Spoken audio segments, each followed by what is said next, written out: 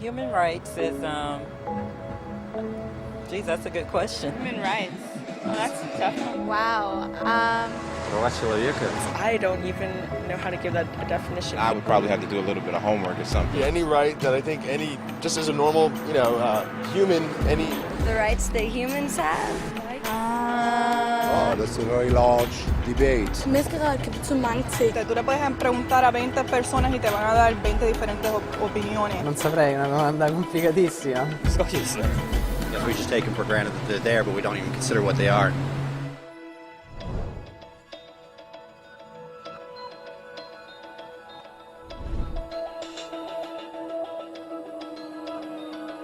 Human rights are the rights you have simply because you're human. It's how you instinctively expect and deserve to be treated as a person, like the right to live freely, to speak your mind, and to be treated as an equal. There are many kinds of rights. Most apply to a certain group. But human rights are the only ones that apply to absolutely everyone, everywhere. That means kids, old people, poor people, basketball players, garbage men, rappers, teachers, Africans, Indians, Albanians, Christians, Muslims, Kabbalists, atheists, your mom, your dad, your next door neighbor, and you all have the exact same human rights. In other words, they're universal. But the question remains, what are they? Name the human rights? What the human rights are? The right to live. Equality between all peoples. Right to religion, the right to... Is there supposed to be a list somewhere I should be aware of? According to the United Nations, there are a total of 30 human rights, which are usually lumped together and called simply human rights. They're all listed out in the Universal Declaration of Human Rights, which is the world's most widely accepted document on the subject. But it was a long time in coming. At first, there were no human rights. If you were in with the right crowd, you were safe.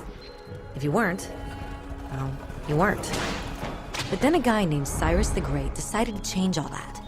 After conquering Babylon, he did something completely revolutionary. He announced that all slaves were free to go. He also said people had the freedom to choose their religion, no matter what crowd they were a part of. They documented his words on a clay tablet known as the Cyrus Cylinder. And just like that, human rights were born. The idea spread quickly to Greece, to India, and eventually to Rome. They noticed that people naturally followed certain laws, even if they weren't told to. They called this natural law, but it kept getting trampled on by those in power. Not until 1,000 years later in England did they finally get a king to agree that no one can overrule the rights of the people, not even a king.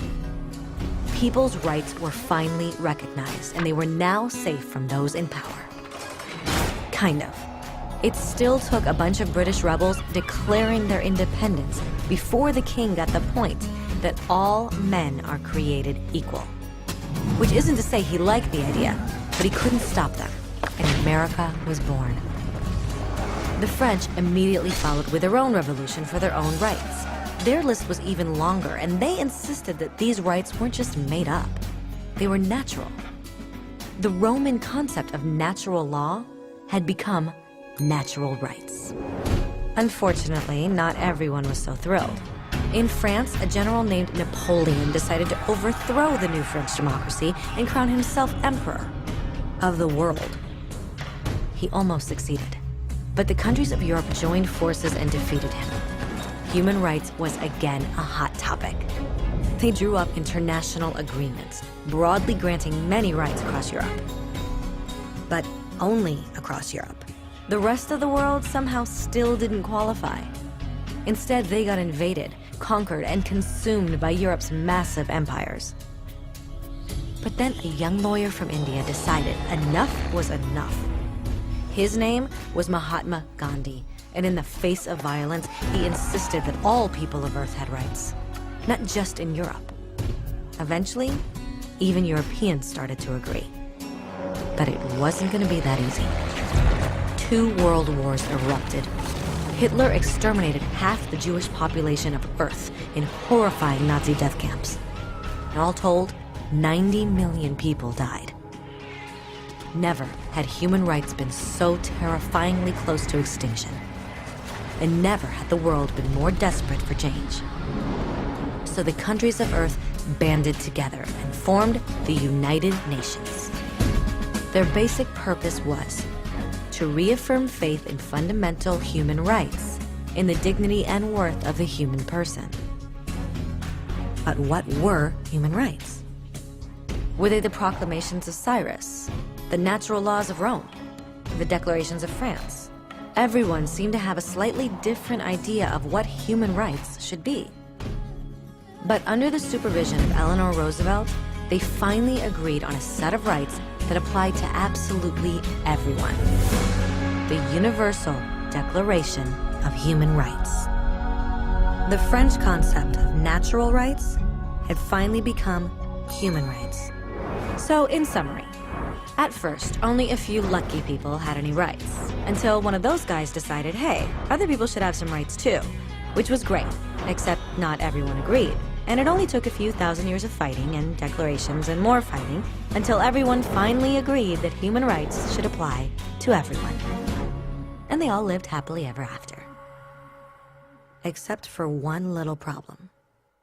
If people have the right to food and shelter, why are 16,000 children dying of starvation every day? 1 every 5 seconds. If people have freedom of speech, why are thousands in prison for speaking their minds? If people have the right to education, why are over 1 billion adults unable to read? If slavery has truly been abolished, why are 27 million people still enslaved today? More than twice as many as in 1800. The fact is, when it was signed, the Universal Declaration of Human Rights did not have the force of law. It was optional. And despite many more documents, conventions, treaties, and laws, it's still little more than words on a page. So the question is, who will make those words a reality? I have a dream today. When Dr. King marched for racial equality, he was marching for rights that had been guaranteed by the United Nations for almost 2 decades. But still, he marched. When Nelson Mandela stood up for social justice in the 1990s, his country had already agreed to abolish such discrimination for almost 40 years. But still, he fought. Those who fight today against torture, poverty, and discrimination are not giants or superheroes. They're people. Kids, mothers, fathers, teachers.